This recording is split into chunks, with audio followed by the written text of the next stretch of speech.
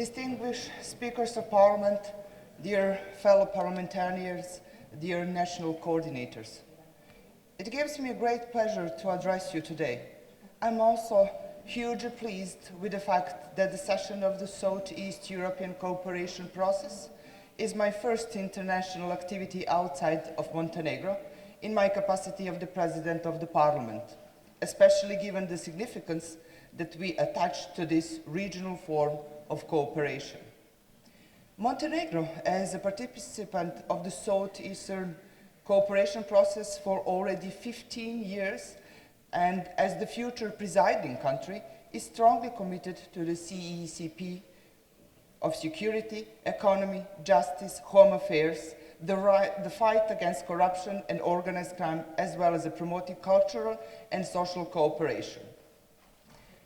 Dear fellow parliamentarians, key topic of today's discussion is crucially important for the entire region, bearing in mind that sustainable development creates conditions for the smooth development of the country in accordance with environmental principles.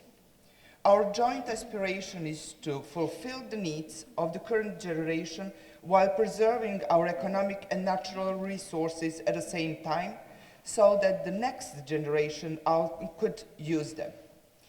In times such as ours, when we are facing a war, financial, health, and environmental crisis, it is especially challenging to meet the set goals of sustainable development. Without a doubt, everybody is aware, especially now during the crisis, of the necessity to define the contemporary ways of sustainable development, which will lead to the future where the population of our planet will have an access to the necessary energy and better standard of living, while preserving ecosystem and natural resources. It is the responsibility of our countries to define and implement new and sustainable policies, strategies, and plans related to the production, transmission, distribution, and use of energy, which will be harmonized with plans in the field of environmental protection and combating climate change. Montenegro is resolute in its intention to follow global and European trend, which recognize the clean energy as a product of special significance and the environment as in support activities toward mitigating the climate change through the efforts of achieving economic development with the maximum environmental protection. In line with the strategic commitment to join the EU and as a member of the energy community, Montenegro harmonizes its energy policy, regulation, and development goals with the European Union and the Green Plan. In line with the European Green Agreement and the EU energy policy, we plan to further develop the energy sector through green energy transition and decarbonization, increase renewable energy use and improve energy efficiency, as well build infrastructure to connect with neighboring energy systems, which is greatly significant for the overall economic development of Montenegro. Many experts, as well state officials, see the new energy situation as an opportunity to accelerate the energy transition and switch to renewable energy sources. The commitment to renewable energy sources seem unquestionable, and the energy crisis has certainly contributed to the acceleration of the energy transition. In the future, the entire energy system of the European Union should be transformed and enable independence and security in energy supply. Dear colleagues, when it comes to the impact of the crisis and the agri-food chain, we will undoubtedly agree that regardless of the war, health and economic crisis, the need of all states is to ensure a continuous and unhindered flow of agri-food chain food.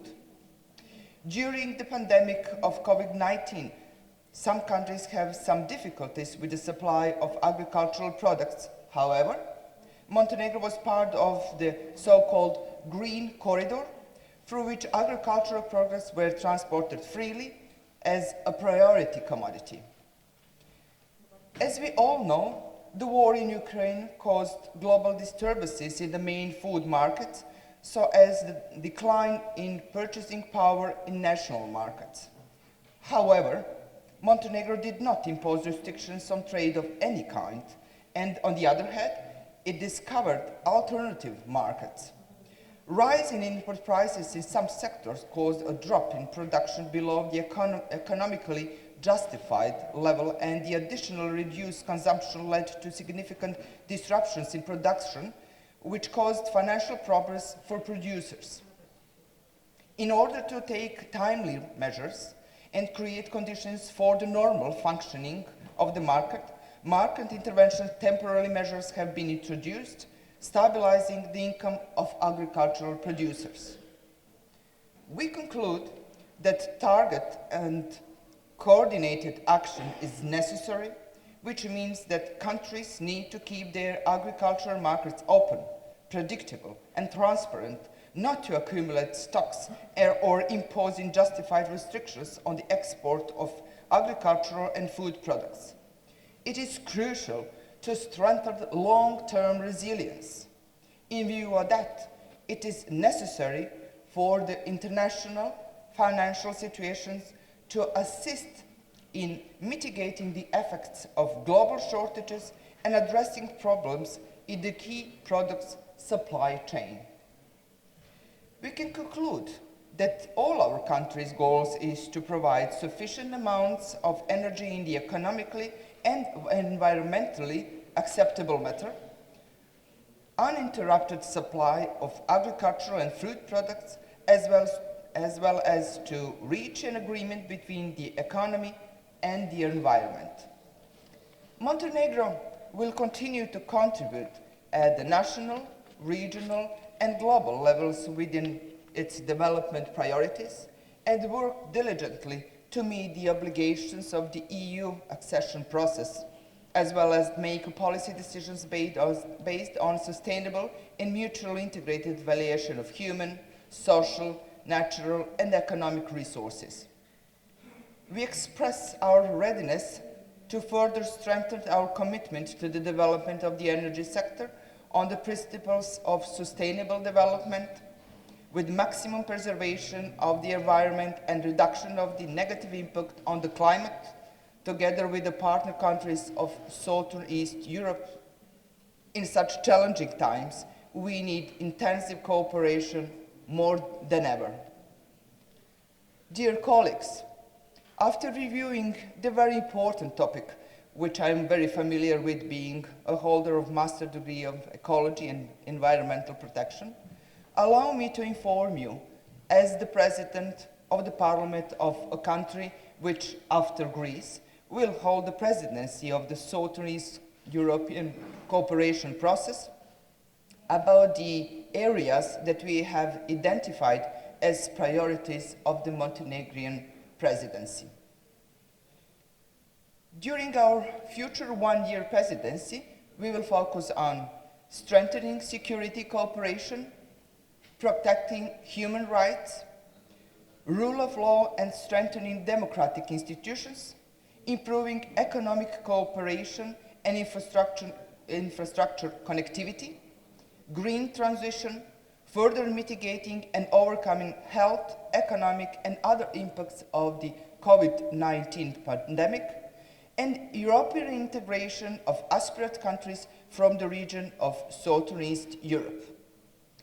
I stress that we have set apart European integration as a priority area, bearing in mind the importance of the support of the CECP participation, which are EU members, especially with regard to the transfer of best practices and experiences in reform processes on our integration path.